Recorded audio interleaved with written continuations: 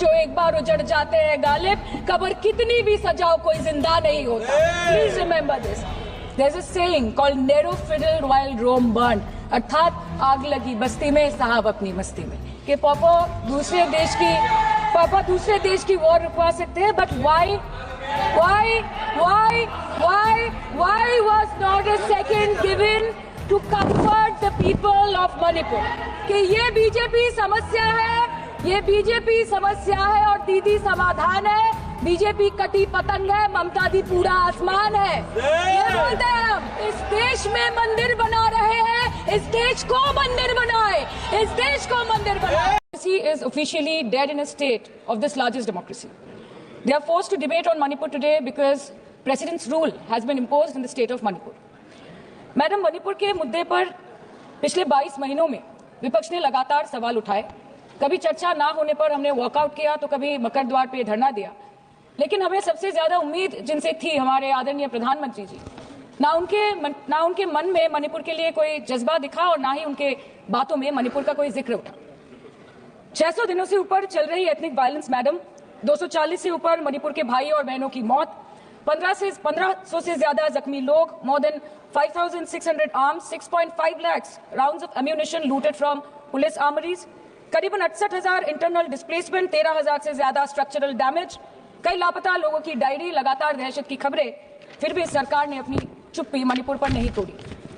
Madam, in the past 22 months, every individual has taken to the streets of Manipur protesting and demanding peace. The apex student body of the Northeast staged a protest against the Prime Minister and the Home Minister for their failure to handle the crisis.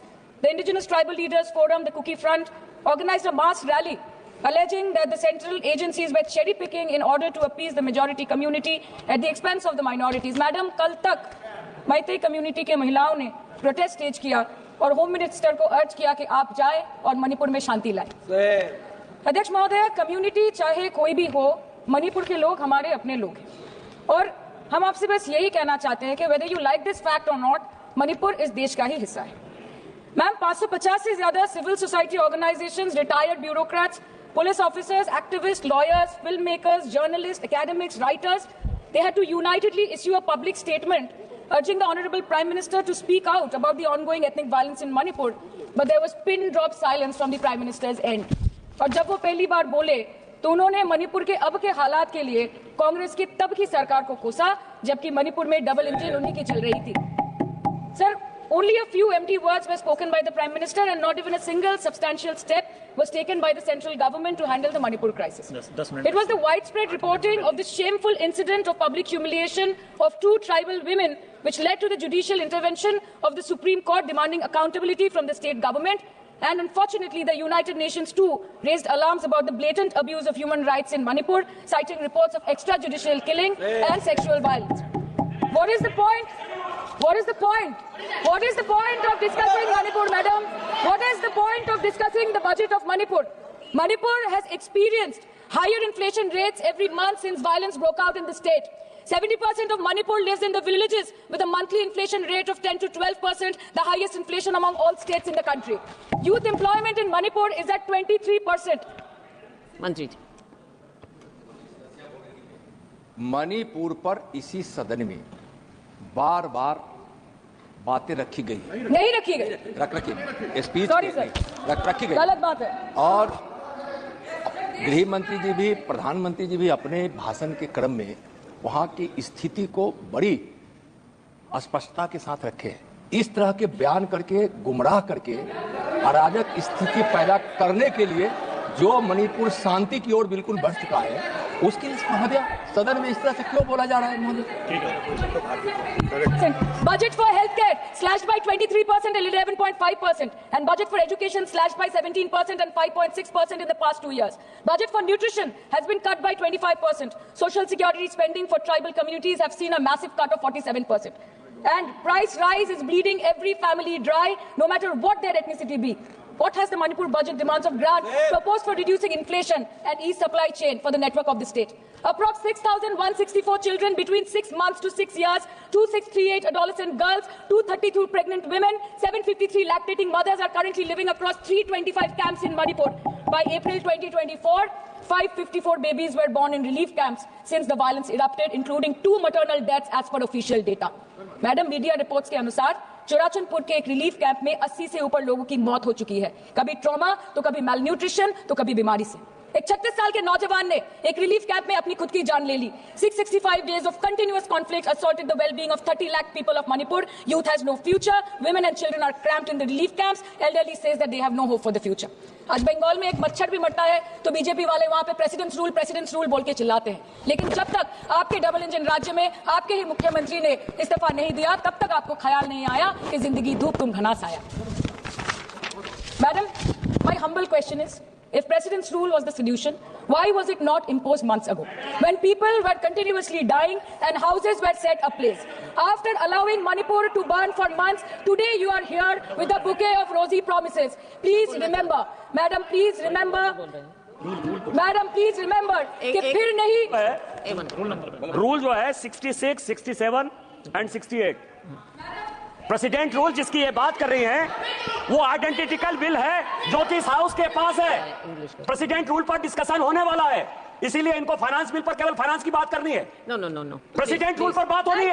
वो bill यहाँ है, वो bill यहाँ है। Madam, after allowing Manipur to burn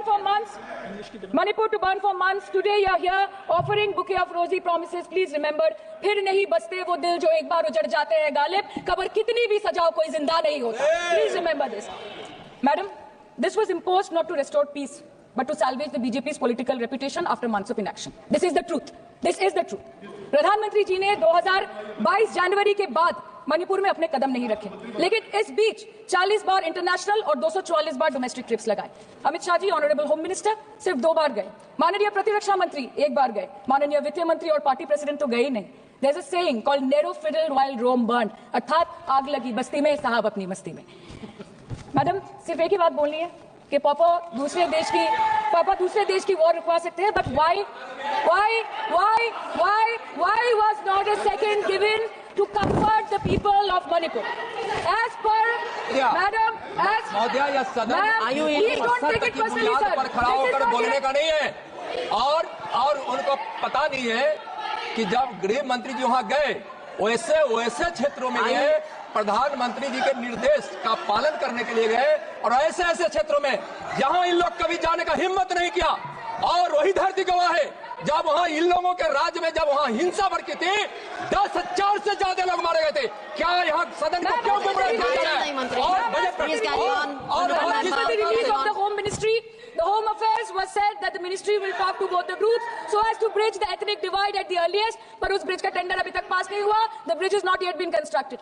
Mr. Shah visited Manipur on 29th May 2023 and constituted a peace committee under the chairpersonship of Governor of Manipur, but there has been no development since. बाद में देखा गया that the governor को जबरदस्ती वहां से हटा दिया गया because she echoed the voice of the people of Manipur, saying that Manipur के लोग दुखी है, मणिपुर के लोग अपसेट है. उन्होंने सिर्फ मांगा था कि प्रधानमंत्री एक बार आए और उनसे मिले. इसमें इतनी गलत बात कुछ नहीं है madam. Is this the reason why the government always shies away from discussion and debate? The truth is, double engine ran over the people of Manipur. The double engine, your double engine, ran over the people of Manipur. And on the other hand, we have our leader, madam. जब कभी भी कहीं कोई दुर्घटना घटी, जब कहीं बस्ती में आग लगी, जब कहीं आंधी उठी, हमारी लीडर वहां खुद जाके खड़ी हो गई. और जहां खुद नहीं जा पाई, वहां पे उन्होंने अपना डेलीगेशन भेजा, चाहे वो हथरस हो या लखीमपुर खेरी, चाहे वो सिंगू बॉर्डर हो या वायनाड या वो मणिपुर हो. हमेशा वो दूसरों की उम्मीदों पर खड़ी उतरी. इसलिए हम गर्व के साथ बोलते हैं, हम गर्व के साथ बोलते हैं कि ये बीजेपी समस्या है, ये बीजेपी समस्या है और दीदी समाधान है. बीजेपी कटी पतंग है, ममता दी पूरा आसमान है. ये बोलते हैं हम. और अंत में मैडम मैं बस इतना ही कहना चाहती हूँ कि आप मणिपुर का बजट बनाएं, सप्लीमेंट्री बजट बनाएं. इस देश में मंदिर बना रहे हैं, इस देश को मंदिर बनाएं, इस देश को मंदिर बनाएं.